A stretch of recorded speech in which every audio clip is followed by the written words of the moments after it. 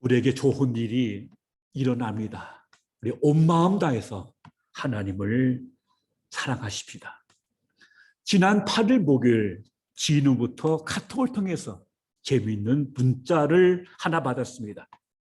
문자의 제목은 행복이었습니다. 내용은 다음과 같습니다. 행복이란 시간이 없다며 쩔쩔매는 이에게 물었습니다. 왜 그리 바쁘게 사냐고. 그의 대답은 행복하기 위해서였습니다. 많은 건물과 돈을 갖고도 악착같이 돈을 벌려는 이에게 물었습니다. 왜 그렇게 많은 돈이 필요하냐고. 그의 대답은 행복하기 위해서였습니다. 많은 권력을 갖고도 더 많은 권력을 갖고자 애쓰는 정신에게 물었습니다. 왜 그렇게 큰 권력이 필요하냐고. 그의 대답은 행복하기 위해서였습니다. 도대체 행복이 무엇이길래 모두들 행복하고 하는지 궁금했습니다. 그래서 나의 지긋하신 철학자에게 물었습니다. 행복이 뭐냐고. 그의 대답은 그걸 알기 위해서 평생을 공부했는데 아직도 잘 모르겠다였습니다. 많은 성도들로부터 추앙받는 목사님께 물었습니다. 그의 대답은 그걸 알기 위해서 평생을 기도해 왔는데 아직 응답받지 못했다였습니다. 수십 개의 계열사 기업을 거느린 대기업 회장에게 물었습니다. 행복이 뭐냐고. 그의 대답은 그걸 알기 위해서 평생 돈을 모아 벌었지만 아직도 행복하지 않다는 거였습니다. 참으로 답답한 일이었습니다. 행복 찾기를 위해서 많은 사람을 만났지만 시원한 대답을 듣지 못했습니다. 그리고 돌아오는 길에 추운 거리에서 적선을 기다리는 거린 한 사람을 만났습니다. 페이런하고 물었습니다. 행복이 뭐냐고. 그의 대답은 간단했습니다. 오늘 저녁 먹을 끼니와 잠잘 곳만 있으면 행복한 거 아니냐고 대답했습니다. 그렇습니다. 행복은 먼 곳에 있지도 않고 미래에 있지도 않고 돈으로 살 수 있는 것도 아니고 어디서 훔쳐올 수 있는 것도 아닙니다. 다만 내 마음속에 있었습니다. 이제 행복하기 위해서 나의 행복감을 바꿔야 할 때입니다. 행복을 잘 챙기세요. 올더 주님의 은혜 안에 건강하시고 행복하기를 기원합니다. 이것이 전체 내용이었습니다. 여러분은 행복이 무엇이라고 생각하십니까? 또 그 행복을 얻기 위해서 절대 필요 조건은 무엇이라고 생각합니까? 행복의 사전적 의미는 네이버 사전에 이렇게 나와 있습니다. 첫째, 복된 좋은 운수. 둘째, 생활에서 충분한 만족과 기쁨을 느끼어 흐뭇함 또는 그러한 상태라고 기록되어 있습니다. 사람마다 그 정의가 다 다를 것입니다. 그러나 어떤 분하든지 공통적인 것이 있습니다. 그것은 사람들은 행복이 인생의 궁극적인 목적이며 돈보다 더 소중하다고 여기는 것입니다. 미국은 생명, 자유, 그리고 행복 추구권을 헌법에 명기하고 있을 정도이니 말입니다. 저는 여러 가지 행복의 정의 가운데 심리학자 리처드 스티븐스가 말한 행복의 세 가지 요소가 마음에 듭니다. 그런 첫째, 좋은 느낌과 긍정적인 마음. 둘째, 활기 넘치는 생활. 셋째는 의미 부여, 즉 인생에서 가치 있는 선택을 하는 것이라고 했는데 저는 이 세 가지 요소가 참 마음에 와닿습니다. 문제는 어떻게 하면은 이런 좋은 느낌과 긍정적인 마음을 가지고 활기 넘치는 생활을 할 수 있느냐는 겁니다. 거기다가 어떻게 우리 삶에 의미를 부여할 수 있느냐 하는 것입니다. 이게 가능합니까? 그렇다면 어떻게 가능합니까? 이런 의미에서 오늘 본문은 살면서 구체적으로 행복을 누리는데 많은 빛을 비춰준다고 생각합니다. 하나님께서는 하나님의 성막에 관한 일을 모세에게 많이 말씀하셨습니다. 그는 원래 성막은 이 땅에 있는 게 아닙니다. 하늘 성전에서 그게 오리지널 모형이거든요. 우리가 어떻게 듣지도 보지도 못한 성막을 만들 수 있겠습니까? 그래서 하나님께서는 이래 특별한 재능과 은혜를 받은 사람을 뽑아서 일을 맡기셨습니다. 그 사람이 바로 부살렐과 오홀리압이었습니다. 오늘 보면은 하나님께서 두 사람을 뽑으신 후 두 사람이 본격적으로 활동을 하는 장면을 묘사하고 있습니다. 또 두 사람을 도와서 이 일에 협력할 사람들이 많이 있는 것, 그리고 이 일을 위한 필요한 재료를 많은 사람들이 이렇게 바쳤다는 내용을 담고 있습니다. 그런데 오늘 본문 말씀이 오늘의 주제인 행복과 무슨 상관이 있습니까? 그것은 행복이란 뭐니 해도 바람직한 인간관계와 의미 있는 일을 통해서 가능하기 때문입니다. 다시 말씀드리면 행복의 필요 충분 조건은 바람직한 인간관계와 의미 있는 일이라는 것입니다. 사람은 인간관계와 일을 떠나서는 살 수 없는 존재입니다. 마치 물고기가 물을 떠날 수 없는 것처럼 사람은 그 사람과의 관계와 일을 떠나서는 존재할 수 없습니다. 그런데 그 관계와 일의 질이 형편없다면 과연 그 사람이 행복할 수 있겠습니까? 철학자 장볼 사르트르는 타인은 지옥이라는 말을, 유명한 말을 남겼습니다. 그러나 이 말은 틀렸습니다. 적어도 행복하게 살고자 하는 사람에게 이 말은 전혀 맞지 않는 같은 말입니다. 사회적 유대감을, 건강 수명을 누리고 오래 사는 비결입니다. 원만한 관계는 행복한 삶을 위해서 너무나 중요한 행복 비타민입니다. 이런 의미에서 오늘날 의료계에서 새롭게 조명되는 중요한 주제가 바로 외로움입니다. 사회가 갈수록 핵가족화되면서 요즘은 1인 가구가 날로 증가하고 있습니다. 지난 6일 행정안전부에 따르면 1인 세대 비율이 39.7%로 역대 최고치를 찍었다고 발표했습니다. 총 924만 1164세대라고 합니다. 여기에 2인 세대까지 합치면 그 비중은 전체의 63.4%로 높아집니다. 그런 면에서는 수라바에 살고 있는 우리 교민들 역시 예외가 아닙니다. 이런저런 이유로 가족을 떠나서 혼자 계시는 분들이 많기 때문입니다. 그런 환경에서 피할 수 없는 정서적 문제가 바로 외로움입니다. 외로움은 매일 담배를 15깁이 피우는 것보다 더 건강에 해롭다고 합니다. 만성적으로 외로움을 겪는 사람의 경우 앞으로 7년 안에 죽을 위험도가 30%더 증가한다고 합니다. 외로움은 정서적 상태를 의미합니다. 외로움은 우리가 느끼는 겁니다. 외로움은 의미 있는 관계에서 떨어져 있다는 느낌이며 인정받지 못하고 있다는 느낌이며 친밀한 결여에서 비롯되는 감정입니다. 이러한 외로운 상태를, 감정을 느끼는 이들이 행복할 수 있겠습니까? 관계는 원하든 원치 않든 삶에 깊은 영향을 미칩니다.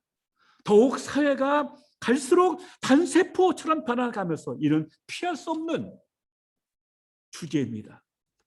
관계가 행복에 미치는 영향을 연구한 유명한 사례로 하버드 그랜트 연구가 있습니다. 1938년에 시작된 하버드 그랜트 연구는 하버드 대학교 대학 남학생 268명과 보스턴 출신 대졸원 456명을 75년 넘게 추적했습니다. 연구 대상자 중에 그 유명한 존 F 케네디 대통령도 있습니다. 그들의 이야기가 어떻게 전개될지 전혀 모르는 상태에서 시작된 연구는 아직도 진행 중이라고 합니다. 연구 대상은 59명으로 대부분이 90대 접어들었는데 그 연구를 이끌고 있는 정신과 의사 로버트 유리딩어는 연구 결과를 이렇게 발표했습니다. 75년에 걸친 이 연구에서 우리가 얻은 가장 분명한 메시지는 바로 좋은 관계가 우리를 행복하고 더 건강하게 해준다는 것이다. 사회적 접촉은 정말 우리에게 이롭고 외로움은 목숨을 앗아간다. 가족과 친구, 지역사회와 더 많이 접촉하는 사람들은 더 행복하고 더 건강하며 더 오래 산다. 외로움은 치명적인 것으로 판명됐다. 하버드 그랜트 연구가 찾아낸 가장 중요한 발견은 관계가 미치는 힘입니다. 30년 동안 이 연구에 참여한 베일런트라는 학자는 이 연구를 통해서 무엇을 배웠는가 묻는 기자의 질문에 분명하게 대답했습니다. 인생에서 정말로 중요한 단 한 가지는 다른 사람과의 관계라는 사실입니다. 지적인 우수성이나 부모의 사회적 계층, 그것보다 더 중요한 것이 사회적 적성이라고 그는 대답했습니다. 이렇게 원만한 인간관계는 우리 삶에 참으로 풍요롭고 그리고 행복하게 합니다. 오늘 본문에서 오홀리압과 부살레는 서로의 배경과 은사와 그리고 재능이 다릅니다. 그리고 맡은 일도 제각기 달랐습니다. 부살레는 유다 지파 사람이고 오홀리압은 단 지파 사람입니다. 부살레는 금과 은으로 제작하는 기술을 가진 장인으로 보석을 깎아 물리며 나무를 새기고 여러 가지 정교한 일에 능한 장인이었습니다. 특별한 기술자였습니다. 반면 오홀리압은 조각하는 일과 세공하는 일과 각종 실을 수놓는 것과 짜는 일에 능한 사람이었습니다. 기술자들은 자신의 일에 대한 자부심이 강합니다. 좀처럼 남에게 굽히지 않는 특유의 기질을 가지고 있습니다. 그럼에도 불구하고 이 두 사람은 하나님의 부르심을 받아 서로 협력했을 뿐만 아니라 기타 일의 재능인 사람들과 더불어 이 성막 제작이라는 일을 함께 헌신했습니다. 내가 기술이 좋아서 내 분야의 일을 잘하는 것하고 다른 사람과 공동의 프로젝트를 더 잘하는 것은 전혀 차원이 다른 문제입니다. 부살레이라는 이름은 하나님의 보호, 그늘이라는 뜻입니다. 실로 부살레는 그의 이름에서 엿볼 수 있는 것처럼 자기 자신도 하나님의 보호와 그늘 아래 양육받아 하나님의 거룩한 사역에 참여하는 은총을 입었을 뿐 아니라 단 성막 건축에 참여함으로써 다른 이스라엘 백성들까지도 하나님께 나와 하나님의 그늘 아래 거할 수 있게 하는 큰 축복을 받은 사람입니다. 두 번째, 행복의 필요 충분 조건은 의미 있는 일입니다. 일이라는 것은 우리가 생계를 유지하기 위한 최소한의 수단입니다. 나아가 일은 단순히 먹고 사는 문제를 넘어서 우리의 정체성과 행복에 지대한 영향을 미칩니다. 어릴 적에 초등학교 시절 선생님이 우리에게 어떤 일을 맡기면 그날은 정말 하루 종일 기분이 좋았습니다. 그만큼 선생님께서 나를 인정해 주신다는 표시였기 때문입니다. 어린 날의 행복한 기억이죠. 오늘 부살레과 오홀리압을 한번 생각해 보십시다. 하나님께서는 두 사람을 부르셨습니다. 그것도 여러 전체 회당이 모인 자리에서 그들을 부르셨습니다. 그들이 얼마나 영광스러웠을까요? 그만큼 그들을 인정해 주신다는 표시가 아닙니까? 그들은 그 자체로 자부심을 가졌고 그렇게 그들은 혼신의 힘을 다해서 성막 건축이라는 이 대사업에 신명을 바칠 수 있었습니다. 성막이 완성되고 봉헌되는 날, 그 성막에는 여호와의 영광이 가득해서 누구도 감히 그 자리에 들어갈 수가 없었습니다.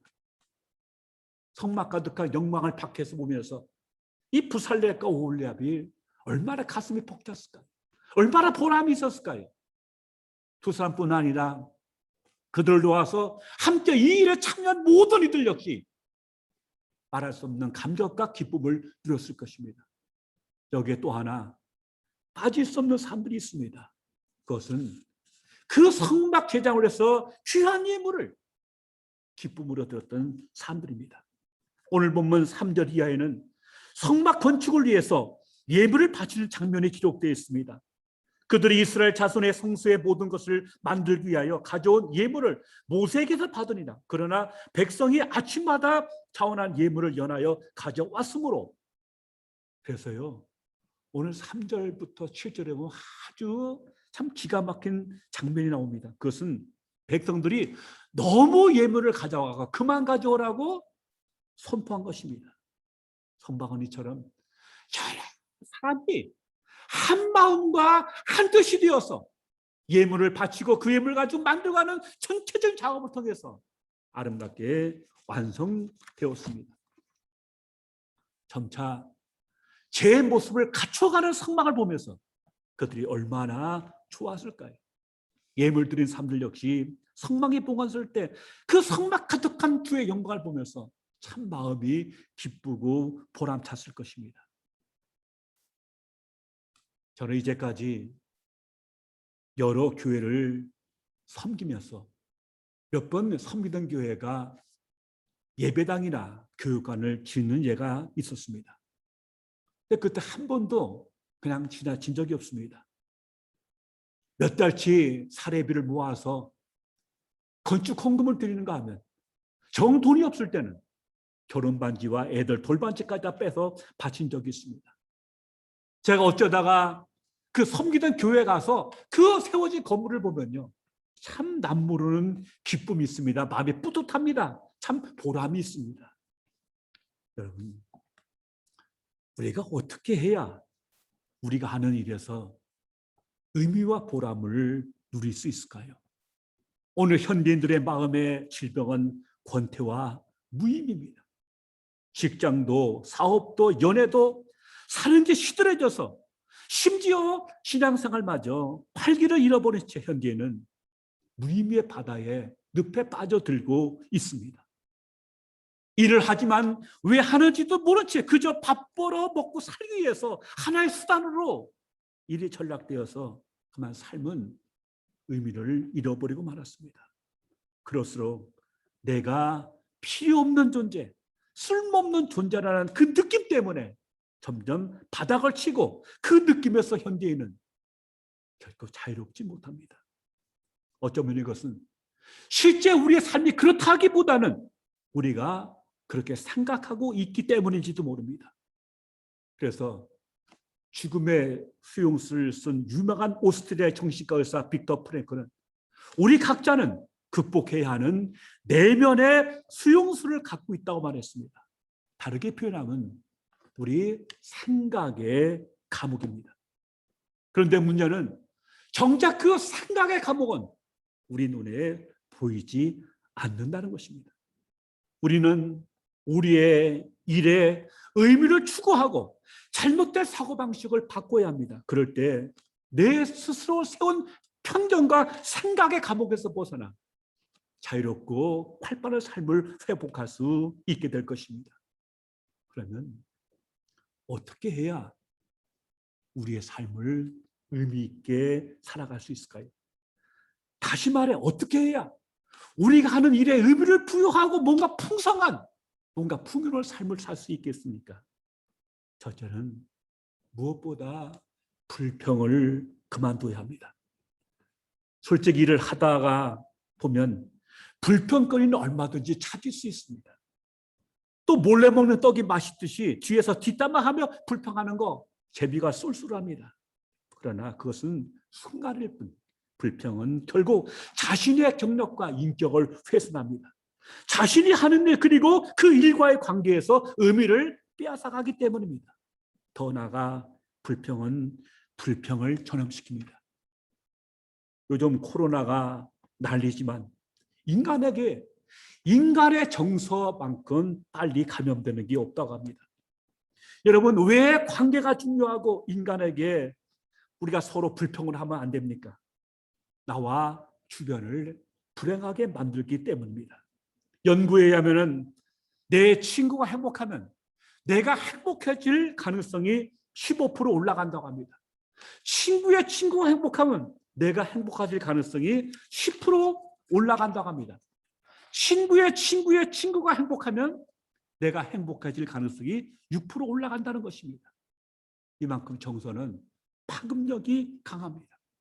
그 반대로 내가 툭하면 불평하고 짜증내고 툴툴거린다면 어떻게 되겠습니까? 나만 불행한 게 아니고 내 주변 온통 어둡고 칙칙하고 불행하게 만드는 결과가 오지 않겠습니까?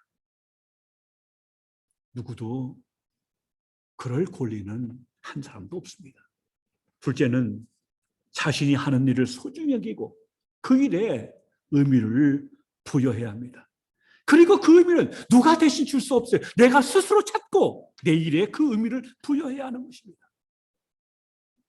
알렉스 파타고스라는 사람이 쓴 의미 있게 산다는 것이라는 책에 나오는 일화입니다. 젊은 배달부가 있었습니다. 그녀의 이름은 비타였습니다. 매일 비타는 우편물을 배달했습니다. 명랑하고 활기차게 그런 태도는 그녀의 트레이드 마크였습니다. 잔뜩 찌푸린 날에도 그녀는 활기차게 휘파람을 불면서 배달 왔어요. 어느 날 저자가 그녀에게 이렇게 말했답니다. 이렇게 좋은 일을 해줘서 정말 고마워요. 비타는 깜짝 놀라서 그 자리에 멈춰섰습니다. 감사합니다. 그녀가 말했습니다. 그런 말 듣는 게 워낙 익숙하지 않아서요. 정말 고맙습니다. 나는 호기심이 나서 더 생겼다. 매일 우편물을 배달하면서 뭐가 그리 즐겁고 신이 나는 것이죠? 저는 단순히 우편물을 배달하는 게 아닙니다. 그녀가 말했다. 저는 사람들을 서로 연결시켜주는 일을 하고 있다고 생각해요. 더불어 사는 사회를 만드는 일에 일조하는 것입니다. 게다가 저를 의지하는 사람들을 실망시켜서는 안 되지요. 그녀의 짧은 대답 속에서 열의와 자부심이 느껴졌다. 여러분은 이 젊은 비타란 여성을 어떻게 생각하십니까? 이런 사람이 자기 일이 추조하고 또 불행하겠습니까? 이 비타라는 젊은 여성은 직업적 성실성을 넘어서 자신의 일에 큰 의미를 부여했습니다. 비타는 우편 배달이 자신에 의해서 완성되고 오로지 자신만이 할 수 있는 개인적이며 일생 동안 이루어야 할 사명이라고 생각했습니다. 그녀는 자신의 일에 의미를 부여하고 그래서 그 일은 의미를 갖게 된 것입니다. 직업의 귀천에 상관없이 일의 의미는 그 일을 하는 바로 내 자신이 부여해야 하는 것입니다. 그럴 때 일은 전혀 다른 의미로 우리에게 다가오게 될 것입니다. 셋째, 우리가 하는 일에 의미를 부여하려면 우리는 그 일을 소명으로 받아들여야 합니다. 우리가 일하러 나간 이유는 세 가지가 있습니다. 첫째는 직업입니다. 돈을 벌기 위해서 가는 것입니다. 둘째는 지위와 경력을 쌓기 위해서 갑니다. 셋째는 소명입니다. 소명이란 누군가 하라고 시키고 내 편에서 자신이 아니라 불러준 일을 위해서 그 요구에 따를 때 일은 소명이 될 수 있습니다.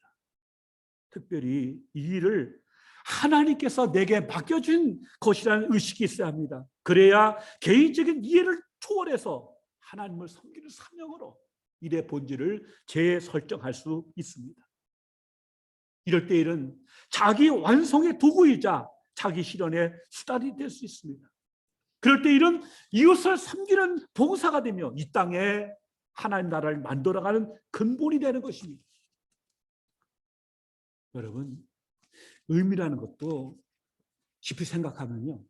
의미란 뭐냐? 나를 넘어선 어떤 더 큰 가치, 더 큰 목적과 연결되어서 헌신할 때 바로 그 일이 의미를 부여할 수 있고 그 일이 의미 있는 일이 될 수 있는 것입니다.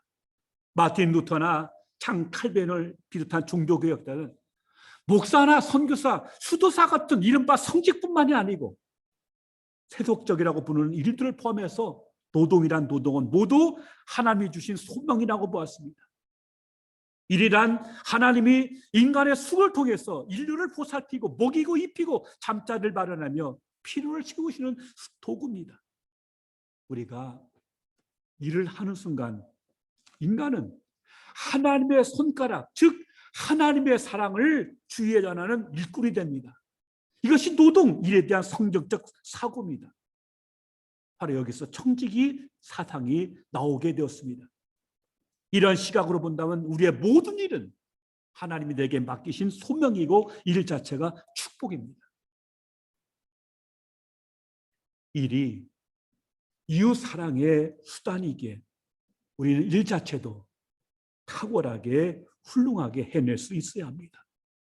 부살레가 오홀리압처럼 진짜 프로페셔널이 되어야 한다는 것입니다. 그래야 효과적인 봉사가 가능하고 사회에 영향을 미치며 세상을 바꿀 수 있기 때문입니다.